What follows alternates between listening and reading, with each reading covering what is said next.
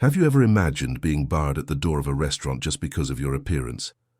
Not even because he wanted an expensive meal, but just because he asked for something left, a piece of bread, a cold dish, anything that would satisfy his hunger. It's cruel, but it happens every day. And that night it happened to a girl of only 10 years old. Dirty, barefoot, hungry. She didn't want luxury. I just didn't want to go unnoticed anymore. But what was supposed to be another day of rejection turned into something that no one could have predicted. Sometimes fate has strange ways of bringing two lives together, and when that happens, the world stops for a few seconds. Have you ever felt invisible? Have you ever seen someone being treated as if they were worthless? So stay here with me, because what happens next will mess with you. Oh, and before the story continues, already leave your like and subscribe to the channel. The late afternoon brought a gentle breeze, but for her, that cold wind hitting her bare legs was just another reminder that the day was ending, and hunger was getting worse.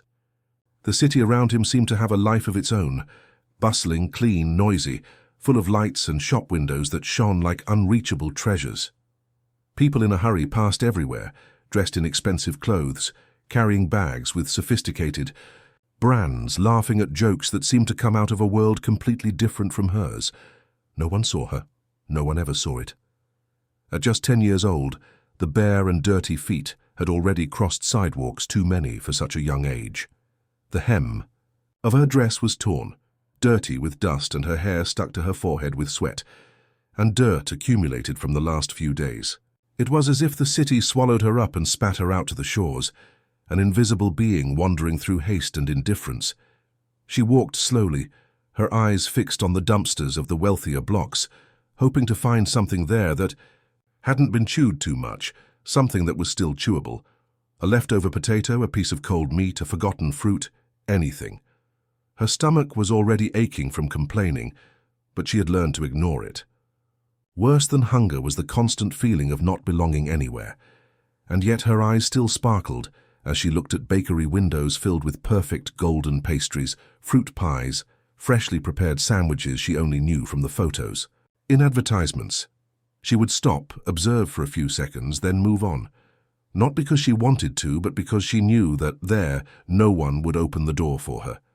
Then, without much hope, her steps led her to the corner where the most elegant restaurant in town once stood. It was an imposing building, with a glass facade and white marble details. The interior lights created a spectacle apart. Glasses gleamed on the tables, waiters in bow ties moved like trained dancers, and every dish that came out of the kitchen looked like a work of art. She stood there across the street watching in silence. The smell that escaped through the cracks in the automatic door was so intense that it hurt. For a moment, the girl closed her eyes. He imagined the taste of hot food touching his mouth, the feeling of sitting in a padded chair, of someone asking him what he would like to eat. It was a silly dream. But that night she decided to try.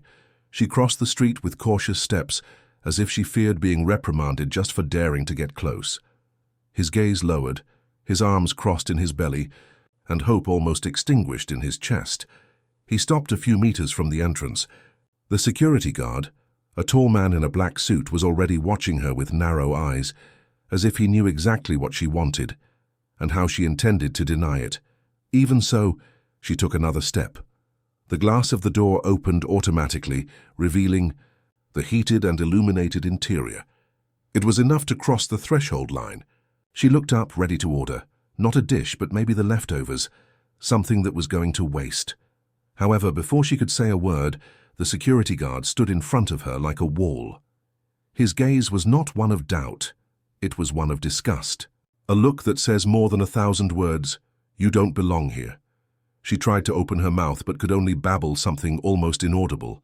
And then came the cold words, short, sharp, like knives. "Not here." There was no explanation, no opportunity to justify, only direct, public, cruel refusal. And all around, the internal movement of the restaurant continued. Some people noticed. A businessman smiled sneeringly. A lady pulled her purse closer, as if afraid of being touched by her. A waiter whispered something to his colleague, and the two laughed softly, looking in the direction of the girl. She took a step back, but didn't run. I was too tired to run. She just sat on the sidewalk, right in front of the main door, hugging her own knees and trying to ignore the looks, the muffled laughter, the emptiness that grew inside her. The stomach was no longer what hurt the hardest. It was the heart. Not because she didn't eat, but because she was treated as if she were garbage. Night has fallen for good, covering the city with a blanket of neon and promises of luxury. Imported. Cars parked, smiling couples took selfies at the entrance, well-dressed children ran with their parents into the hall. Everything seemed to work perfectly, except for her. A piece off the board, a mistake that no one wanted to see.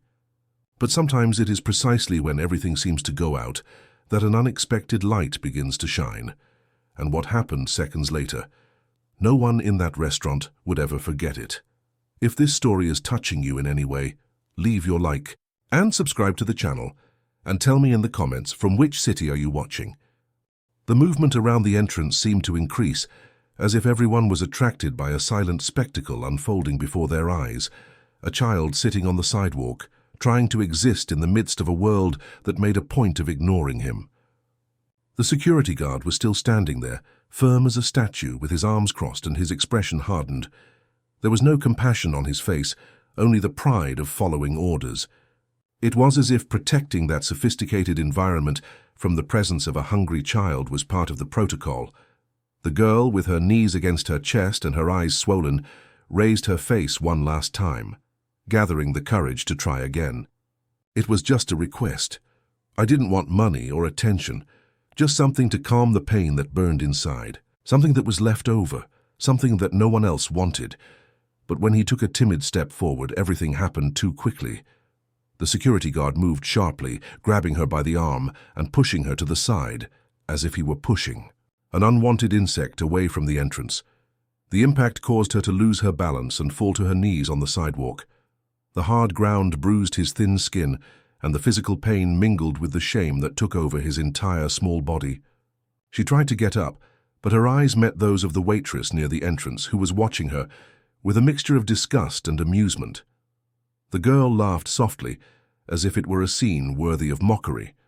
An approaching couple made a turn to avoid passing by, pursing their lips in an expression of disgust as clear as the lights in the restaurant. The girl brought her hand to her knee, where the blood began to flow in thin threads. The tears flowed effortlessly, as if they were already ready, waiting only for the final push. But what hurt most was not the fall, nor the look of contempt, nor the blood. It was the certainty that no one, absolutely no one there, cared. It did not exist, or worse, it existed only as a nuisance.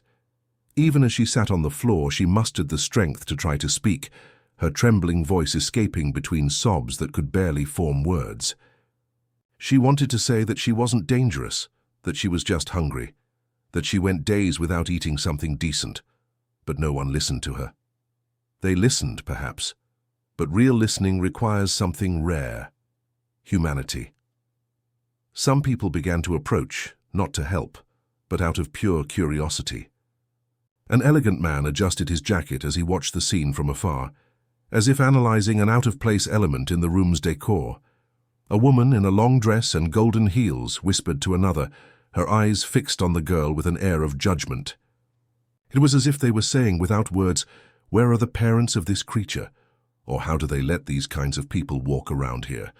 And there she was, humiliated in front of strangers, her dirty face mixed with the wet glow of tears, her shoulders hunched and her heart tight. The scene was almost surreal. Inside, glasses clinked in cheerful toasts, waiters passed by balancing refined plates, families laughed at tables decorated with fresh flowers. Outside, a child bled silently, begging for dignity with the simple act of existing. Seconds passed that seemed like hours. The world around him took its course, immune to the pain of others. No one knelt, no one held out their hand, no one asked his name. The cold floor of the sidewalk was the only hug she received that night, a rough, impersonal, indifferent embrace, like everything around.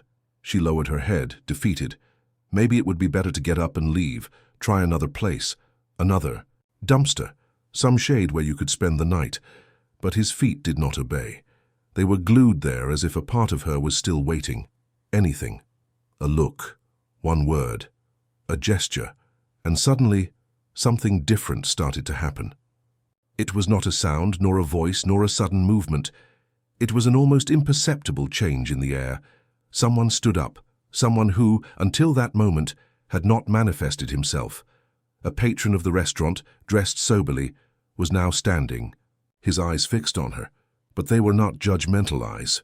There was something different about it, a silent acknowledgement, as if this man knew exactly who she was, or had seen in that dirty, desperate face something that no one else could see. The security guard's posture changed slightly, disconcerted. The buzz that once came from the tables dissolved into an uncomfortable silence. Everyone realized that there was something off-script, something about to happen that was not part of the comfortable daily life of that place. The man's gaze did not avert. And, without saying a word, he began to walk towards the entrance. Time seemed to slow down as he made his way through the hall. The firm steps, the fixed gaze, the surprised faces around. His every step carried a subtle tension, as if the air weighed more with each meter traveled. No one dared to speak. Nobody understood. But everyone felt that the night would never end as it began. And it was then that, as she approached the door, her eyes crossed hers. And at that moment, something invisible broke in the air, and something even stronger began to form. Her eyes fixed on that man with a mixture of confusion and fear. He was unlike everyone else who crossed his path that night, and perhaps in his entire short life. He didn't have the hard look of the security guard, nor the indifference of the customers who preferred to pretend that nothing had happened. There was something about the way he looked at her that seemed to cut through the dirt on his face, the torn clothes, the injured knee. As if he wasn't just seeing an abandoned girl, but someone he already knew, or someone who in some way was no stranger to him. For a moment, she thought she was imagining. After all, hunger and fatigue had already played tricks on his mind. Other times. But then he stopped. Right there, a few meters from the door, with his body aligned, his posture firm, and a gaze that did not deviate even for a second. Silence spread through the restaurant like an icy wind. Conversations interrupted. In the middle of sentences, cutlery suspended in the air, hands frozen on linen napkins. It was as if everyone had realized at the same time that something unusual was about to happen. The waitress, who minutes earlier had laughed at the scene, now watched uneasily. The manager, standing in the background, frowned, trying to understand who this man in the dark suit and serene countenance was, who now captured all eyes. The security guard turned slowly, hesitantly, as if he sensed that his authority was about to be challenged by someone who could not be ignored. The tension was almost palpable, fluctuating between the gleaming chandeliers and the smell of expensive wine. People didn't speak, but their eyes silently wondered, why was this man, who clearly belonged to the elite of that environment, about to intervene in such a trivial situation? A dirty, inconvenient girl, sitting on the sidewalk like so. Many others on the city streets, and then the unexpected. Without raising his voice, but firmly enough that each syllable echoed through the corners of the room, he said what no one expected to hear. His words were so clear and direct that they broke the silence like shattered glass.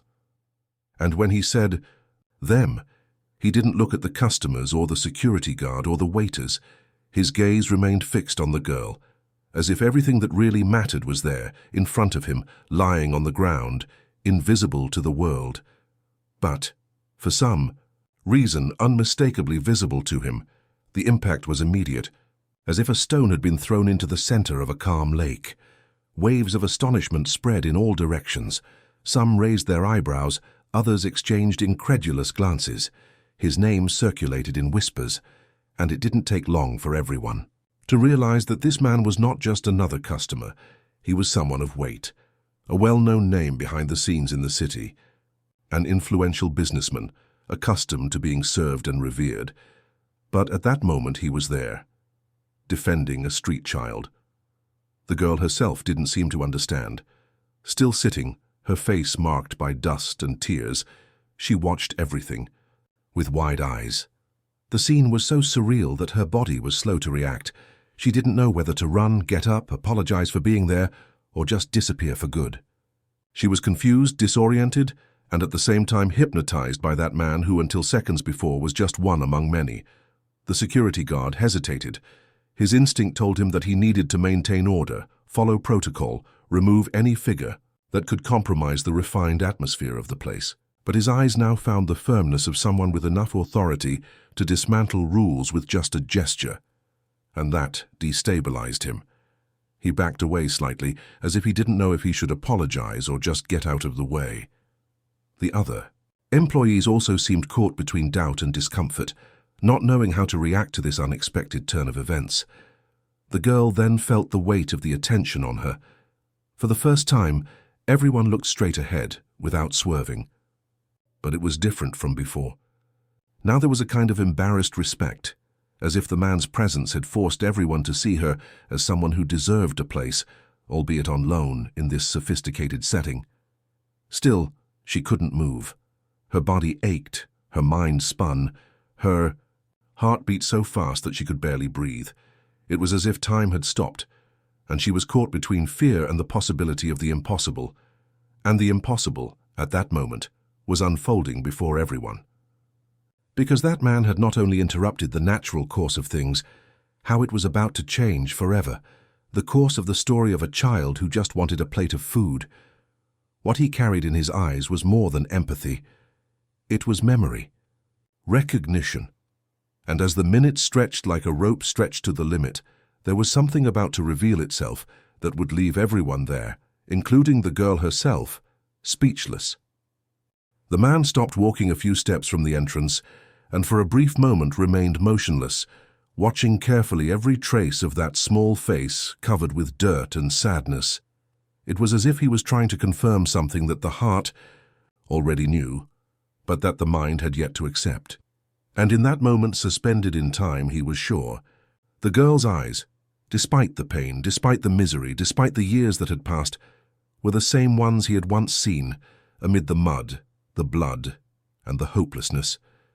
Those eyes had become etched in his memory in a way that nothing else could erase. There was no mistaking it. The silence inside the restaurant was absolute. No one dared to speak. No one moved. There was a tension in the air, but also an expectation that grew by the second. Everyone watched the man carefully, trying to understand what had led him to act that way. But no one there could have imagined the truth he carried in his chest. Not even he knew he would find her again, much less like this, so fragile, so small, so forgotten by the world. The flashes of memory came with an almost painful clarity. It was late afternoon, the sky already tinged with orange, and he was driving down a back road from a meeting in a nearby town. I remembered being tired, distracted, with my head full of numbers and commitments, the sharp curve, the asphalt wet by the insistent drizzle. It all happened too fast. The car skidded, spun and fell into a deep ditch between rocks and mud. The impact was brutal. He was trapped inside the vehicle with his leg crushed and blood running down his forehead. The cell phone had flown out of range. He screamed, tried to knock on the window, but nothing. He was alone, and he was beginning to lose his strength. The pain was excruciating. The smell of gasoline, the sweltering heat inside the twisted car, the intermittent sound of a hazard light still working as if mocking his agony. He thought that would be the end there. With each passing minute, consciousness faded a little more, until he heard small footsteps, weak, and then a panting. And finally that face, small, scared, determinate. She appeared as an apparition among the branches and the bush, her hair disheveled and her bare feet soaked in mud.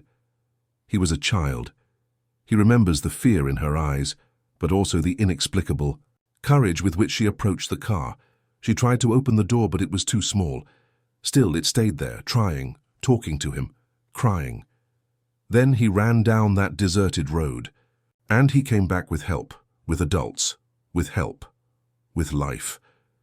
He was saved by her, an anonymous little girl who showed up when all seemed lost, and then it disappeared as if it had never existed.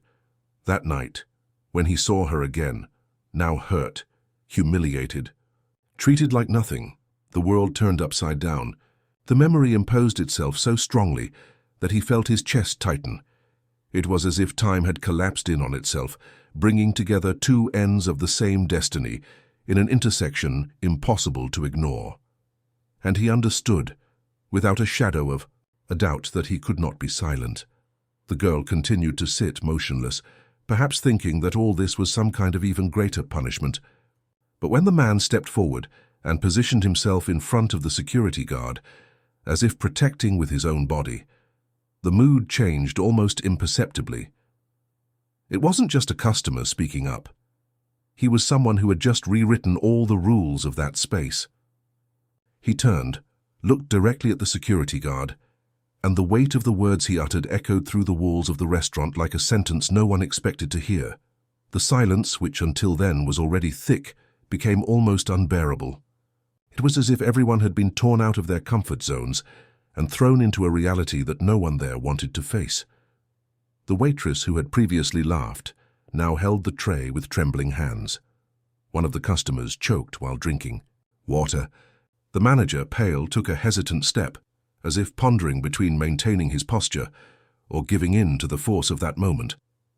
But nothing, absolutely nothing, was more impactful than the girl's gaze. When she finally understood what was happening, her eyes widened in astonishment, not because someone had defended her, but because that man, it was the same one she had seen bleeding, trapped inside a wrecked car. She remembered, even after so many years. She remembered the fear she felt when she ran alone for help. I remembered the despair at the thought that perhaps it was too late, and now he was there. The two looked at each other as if the whole world had ceased to exist.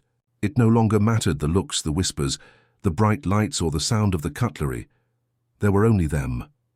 A man saved by a child, and a forgotten child, rescued by the man she saved. Time seemed to have stopped again, only now for a very different reason. It wasn't discomfort, it was reverence, emotion, amazement. None of those present knew exactly what to say or how to react, but somehow everyone knew they were witnessing something rare, something that is not seen in a luxury restaurant, something that goes far beyond etiquette, class, or appearance, and that's exactly what made that night unforgettable. Because unexpectedly, an invisible child had become the center of everything. And the powerful man, accustomed to large meeting rooms and millionaire decisions, now bowed before the girl who one day gave him back his life with her own small and dirty hands. And there was still a lot he needed to say, much that she still did not understand, but what had just happened was only the beginning. The next few seconds were dominated by a mixture of reverent silence and restrained breathing. It was as if the walls of that luxurious restaurant no longer supported just a sophisticated dinner, but the weight of an unexpected truth, the kind of truth that pierces any appearance and tears invisible layers from the soul of those who witness it. The man, still in front of the girl, now kneeling at her height, seemed to be carrying something that could not be measured with his eyes, and as he kept his gaze steady on hers, a whirlwind of memories formed in his mind, each with a weight, a smell, a color. Memories that had been buried under routine, success, contracts, and glass-enclosed rooms, but now emerged with overwhelming force. He was no longer that respected executive, nor the important customer, nor the public figure whose opinion influenced decisions in millionaire councils. In that instant, he was just the man who had almost lost everything, and that he was saved by a simple, pure, and at the same time, absolutely extraordinary gesture. There was no way to forget that night. It was now in detail, the dense fog covering the road, the fatigue on my shoulders after hours of meeting, the disconnected thoughts, and the low music playing on the radio. It was a rural road, dimly lit with dangerous curves and surrounded by forgotten pastures. He was going at a constant speed, but the wet asphalt demanded attention that for a second he let slip. All it took was a tighter turn than, it seemed, a steering wheel that responded too late, a brake that didn't grab as it should. The car slid, spun twice on its own axle, and, without control, plummeted from the side of the road. The sound of metal twisting, glass shattering, the world spinning backwards. Everything still rang in his ears, as if it had just happened. When he opened his eyes, the first sensation was pain, like a punch in every part of his body. Then came the confusion. The notion that he was trapped, property, with a crushed leg between the pedals and the dashboard. The belt tightened him violently. Blood flowed from his head. I couldn't see properly. The car's lights flashed, creating ghostly shadows inside. The vehicle. He tried to call for help, but it was a deserted road. No houses nearby, no phone signal, no human voices. The fine rain fell again, making everything colder, wetter, more unbearable. The smell of fuel filled the interior of the car, and the possibility of an explosion flashed through his mind like a whisper of an end. Death seemed closer and closer, more real, more silent. And then, the darkness began to win. That was when, like an unlikely flash in the darkness, that small figure appeared. He didn't know if it was a hallucination, if the brain, in its last breaths, had invented that to assuage despair. But it was not an invention. She was there. With his bare feet, covered in mud, his disheveled hair glued to his face, his eyes wide with fear and courage at the same time. A girl, as fragile as the moment, as unexpected as it is essential. She did not run away, even in the face of the frightening scene, even without understanding what to do. She approached. He leaned his face against the broken window, tried to open the door, cried loudly when he saw the blood. And then he ran, with all the strength he had in his little legs. She ran as if the world depended on her, and at that moment, it really depended. He barely remembered the minutes that followed, only that when consciousness returned there were people around, someone breaking the glass with a stone, desperate voices, headlight lights, and, in the midst of the confusion, a child crying softly, clinging to a woman's coat. He was taken to the hospital with fractures, bruises, and deep wounds. He spent days in hospital, months in physiotherapy, and despite all the medical follow-up, she was never able to find out who the girl was. No one could explain it. Some said she appeared out of nowhere, who insisted until he convinced a couple of residents of a nearby farm to help him, who hit the gate with stones until someone woke up. But as soon as he saw that the man had been rescued, he disappeared again, like an angel of clay and bare feet, whose only purpose was to be in the right place at the right time. He searched for her for a while. He asked questions. He hired people to investigate, but it was all in vain. As if the girl was a mirage that everyone remembered, but no one could reach. Life went on, business grew, the meetings resumed, the pain subsided. But that image, the girl's face in the broken car window, never ceased to exist inside him, and now, years later, it was again before his eyes. Thinner, more wounded, sadder, but unmistakably her, as if the universe had decided to reopen a cycle that he didn't even know was still unfinished. Everything made sense again. The past had not ended on that road, and the gift, cruel as it was, offered a chance for retribution, or perhaps redemption. He knew that no one there would understand right away, that some would question, doubt, judge. But none of that mattered, because on that cold floor, in front of that restaurant, there was not just a hungry girl. There was the person who, one day, with the silent courage of a forgotten child, prevented his story from coming to an early end. And even though she didn't understand it yet, he was ready to rewrite a new beginning with her. The night wore on as the restaurant's lights shone brightly behind the window pane, reflecting off the sidewalk puddles like little suns dancing on the water. The rain had given a respite, but the air still carried the moisture of the afternoon, and the city continued to run around, unaware that in that small point of the map, something extraordinary had happened. The girl remained on the floor, still not knowing if it was real or some delirium of hunger that made her see miracles where there was only pain. The man in front of her, however, didn't seem willing to let her escape again. Not this time. The destination had been too clear to ignore. Gradually, as if groping her own fear, she began to get up. Her legs trembled, not because of the fall before, but because of the astonishment of being treated with dignity after being forgotten for so long. His thin body, marked by the cold and the street, seemed to want to cringe at the looks that came. From inside the restaurant, people were still standing, some watching in silence, others whispering among themselves, as if trying to understand what justified so much attention to a visibly dirty child, dressed in rags and wearing slippers of different numbers. But he didn't hesitate. He held out his hand as if that gesture, simple and direct, was a silent command to all those around them. It was now seen, and not just seen, it was recognized. Her hand, small and rough, met his with hesitation. It was a fragile touch, almost, without strength, as if his trust had been torn away so cruelly that he no longer knew how to be placed in anyone. Still, he accepted, perhaps because of the memory that gradually took shape in his mind, maybe because of fatigue, or maybe because deep down there was still a spark lit inside him, resisting the darkness that life tried to impose. Together, they went through the glass door. And when it opened, it wasn't just the interior of the restaurant that revealed itself to her. It was the entrance into another world, a world she had never set foot in, a world that until then only existed in his most absurd fantasies. The floor shone like a mirror, the tables seemed to have been set for a fairy tale, and the dishes, even though not yet served, exhaled aromas that stoked a hunger even deeper than that of the stomach. The hunger to belong, to be accepted, to be treated as someone who matters. Crossing that hall was like walking on invisible thorns.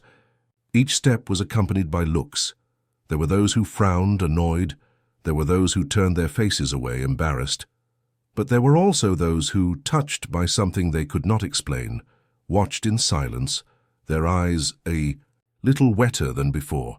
Not because they understood history, but because they felt it. And sometimes, feeling is everything. The man asked for a table. Not just any table, but one near the window overlooking the street where it had all begun. He made a point of pulling the chair to her, with the delicacy of someone who knew the value of that gesture. The girl hesitated before sitting down. He didn't seem to know what to do with his arms, with his feet, with his own eyes. She looked around as if she had invaded someone else's dream, afraid of being expelled at any moment. But he left no room for doubt. She welcomed with the look, with the posture, with the respectful silence of someone who understands that certain pains do not need to be named, they just need to be seen. When the menu arrived, she just watched. He couldn't read. I didn't even need to. He handed it to the waiter with a straightforward request. He wanted the most hearty and nutritious meal the restaurant could offer. I wanted her to experience what many there tasted every day without even thanking her.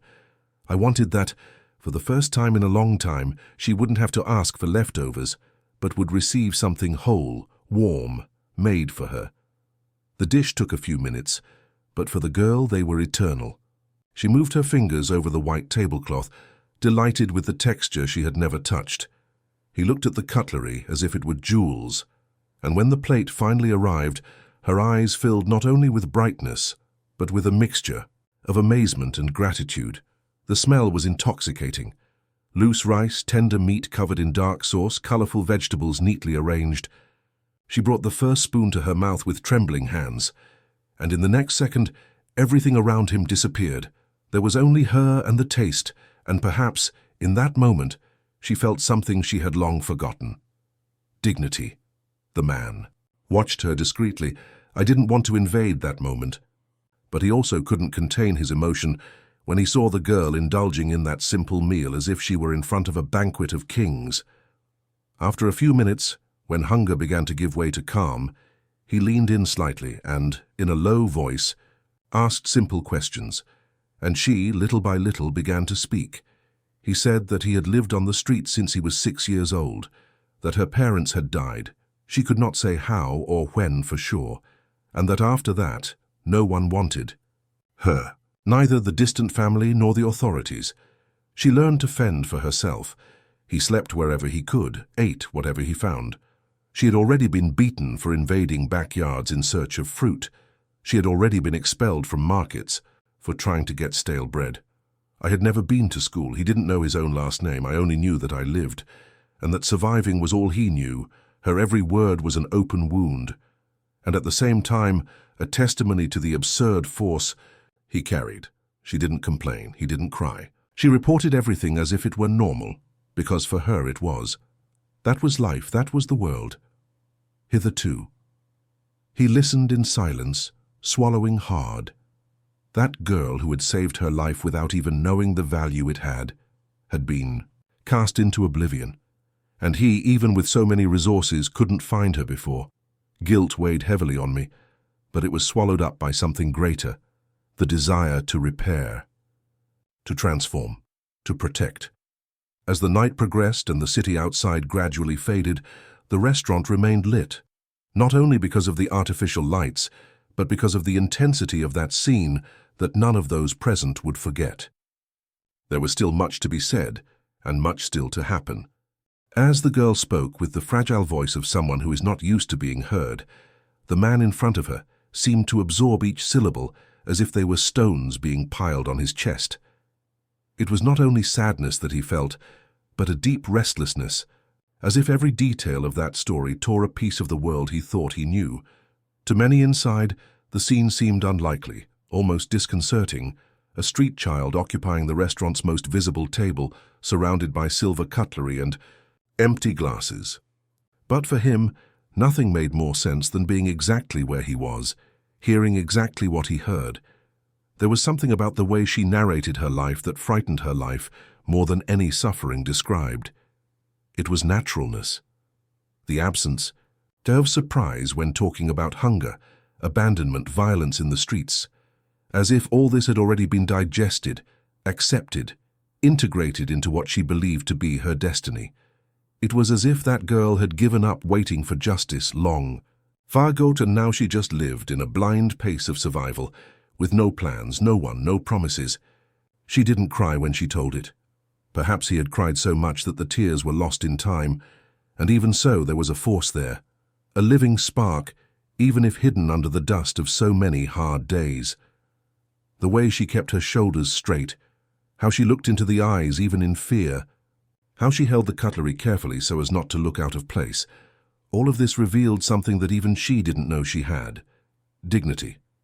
Not the one who dresses in expensive clothes or diplomas, but the one who survives where no one else can stand. A raw, silent dignity built on reality blows. The man who had heard hundreds of stories of overcoming in lectures, forums, and interviews felt that nothing compared to what was unfolding before him. Because it was true, because it was intimate, because he was part of it. With each new detail she revealed, cold nights on park benches, the constant fear of being kicked out, the difficulty of sleeping hungry, the emptiness of not having a name called with affection. Something inside him changed. It wasn't just a feeling of compassion, it was responsibility. It was as if, by being saved by her years before, he had made an invisible commitment to her destiny. And, until that moment, he had not fulfilled, but now there would be no more silence. There would be no more distance. The girl finished eating slowly, as if savoring every last grain of rice. It wasn't gluttony, it was reverence, it was gratitude, and it was also the fear that this meal would be the last.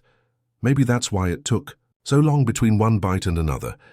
It was as if he wanted to extend the moment to the maximum, to record it in his memory, to absorb everything before the dream was over. Her eyes swept the room with fear, as if looking for some sign that all that was allowed, that she would not be taken out of there screaming, but no one dared to interrupt. The man, until then silent, was still reflecting on everything he had heard. The details of her story echoed inside like an unspoken oath, and even without touching on the subject directly, a thought began to form clearly. He looked at her, and what he saw was not just a victim of life. I saw a link, a choice, an answer, a path that perhaps was always reserved, but that was only now taking shape. She didn't know it, but she was about to hear something that would change the course of her existence, and perhaps so did he, because no matter how much he built an empire, no matter how much he had his name in magazines, contracts, and lavish events, he never felt more certain of a step than at that moment. Fate had brought the two together again. And there were things that, when they happen, cannot be ignored. They scream silently, call for action, and he would not run away from the call, not this time. The girl was still holding her fork when the world around her seemed to slow down. The lights in the restaurant no longer shone as before. The voices had disappeared. Even the cutlery on the neighboring tables seemed to have fallen silent.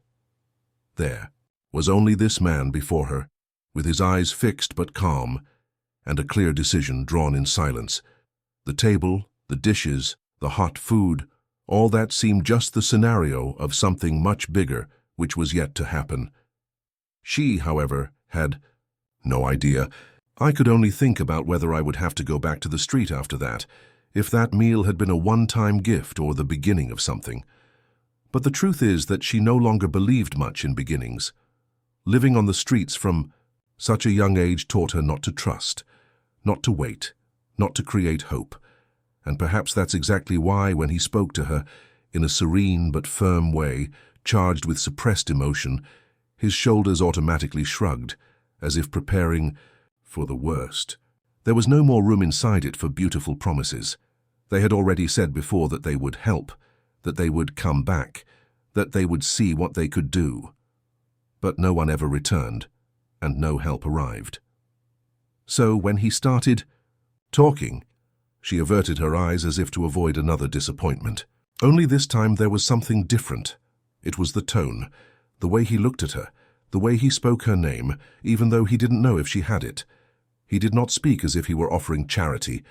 He spoke as if he were making a commitment. He said he wanted to take her with him, not out of pity nor out of impulse, but because it made sense, because she had saved him, and because he felt that he must in some way give back the life she had given him, and not to return with things, but with care, with presence, with the future.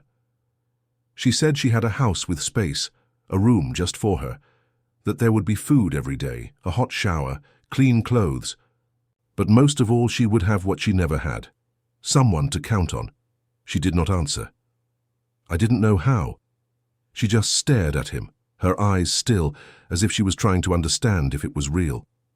In silence, she got up from her chair and stood there, motionless, in front of the man who now said he wanted to give her everything she had spent her whole life hearing she didn't deserve. He did not insist. He just stood there waiting, because I understood, because I knew that her pain didn't allow for haste, and little by little she got closer, still suspicious, still with a body as hard as stone. But he took the first step, and by agreeing to walk alongside him out of the restaurant, it wasn't just the physical space she crossed, it was an invisible line between misery and possibility. That night, when they got into the car together, she trembled. Not from cold, but from fear. Fear of trusting, fear of believing, fear that it would all be over the next day. But he kept his cool. He started the car slowly, as if he didn't want to scare her, and made his way down lighted avenues to the neighborhood, where he lived, a place she never imagined really existed. High gates, well-kept gardens, houses with large windows and lights that looked like movie theaters. When they arrived, it took her a long time to get off. His fingers clinging to the bench, his eyes glued to the floor, but he waited. Not with impatience, but with respect. The door of the house opened without a fuss, and she, with short steps, crossed that threshold as if she were stepping on forbidden ground. The smell of the house was new, clean, welcoming. The furniture was not there to impress but to shelter. The sofa seemed like an invitation to rest. The kitchen smelled of fresh bread. And the walls carried paintings, books, portraits, everything she never had. He guided her to a room in the back where there was a made bed, an empty closet, and a small bookshelf with children's books. Everything there seemed to have been prepared, as if that space had always been waiting for her, and for the first time her eyes lit up, not out of fear, not out of hunger, but out of something she couldn't even name. It was as if, all of a sudden, the world said, "You have a place." But nothing was magic right away. She was still taking a long time to sleep. She woke up scared in the middle of the night, fearing it was a mistake. During the first few days, he hid food in his pocket, as if something told him that it could all be over at any moment. At bath time, it took me a while to believe that the hot water would not be cut off suddenly. And even with all the new clothes she received, she always wore the same ones, perhaps out of attachment to the little she had left of her old life. She still took a long time to look him in the eyes, and the touch, when it happened, was brief. Shy with the hesitation of someone who has already been pushed too much, but time, silently, began to sow the missing confidence. The first morning she woke up and saw him brewing coffee, something inside her warmed up. On the day he took her to choose notebooks and a backpack, the fright was so much that she didn't even know where to start. And when the first day of school arrived, the steps to school were heavy, full of doubts. But when he saw her entering the gate, he felt that this walk meant much more than a new school cycle. It was a new cycle of life. She still didn't know how to write her own name. He barely knew the lyrics, but I was hungry to learn. And in a few weeks, the teachers were enchanted by the attention she gave to the classes. It was as if all of it was gold dust in his hands, every new word, every account learned, every story read aloud. And one afternoon she came back with a colorful drawing in which there was a house, a sun, and two people holding hands. She handed him the paper silently with her eyes downcast. But when he looked, he realized that there was a heart between the two characters. And next to it, in crooked letters, her name. That gesture was a watershed. Little by little, the smiles began to appear. Not wide, not noisy, but true. A suppressed laugh when he gets a new shoe. A twinkle in his eye when he discovered that he could choose the flavor of dinner. A sigh of relief to see that no one would send her away. Until one late afternoon, when she saw him coming home from work, she ran to him. He said nothing. She just hugged him, in a clumsy but intense way. It was the first time. He didn't say anything either. He just responded. And there, in that brief embrace, there was room for everything that words were never able to translate. She still had fears. I still woke up with a start sometimes. He was still frightened by loud voices, but now she knew there was someone for her, that there was a room with the light on, waiting, that he no longer needed to order food, that he could finally rest, and he who had spent his life seeking achievements realized that nothing gave him more meaning than coming home and hearing the small footsteps running down the hallway. Nothing was more valuable than seeing her wake up with messy hair and badly buttoned uniform. Nothing was more profound than seeing that girl, who had once saved him with her own fragile hands, relearn how to live, this time with love. As the months went by, the routine was drawn with previously unimaginable contours. The girl who had previously wandered the streets barefoot and her gaze always on the run now followed a new path every day, the way to school. In the first few weeks, she became known by neighbors, teachers, even the employees of the bakery around the corner. It was the little girl who walked next to the businessman, always with her backpack on her back and an expression that oscillated between surprise and admiration for the world around her. Everything was new. The school sign, the wallet with his name written on a label, the uniform ironed and folded, the first time he opened a book that was not torn. And she absorbed everything with the intensity of someone who has an ancient and deep thirst for a world that now, at last, was beginning to reveal itself.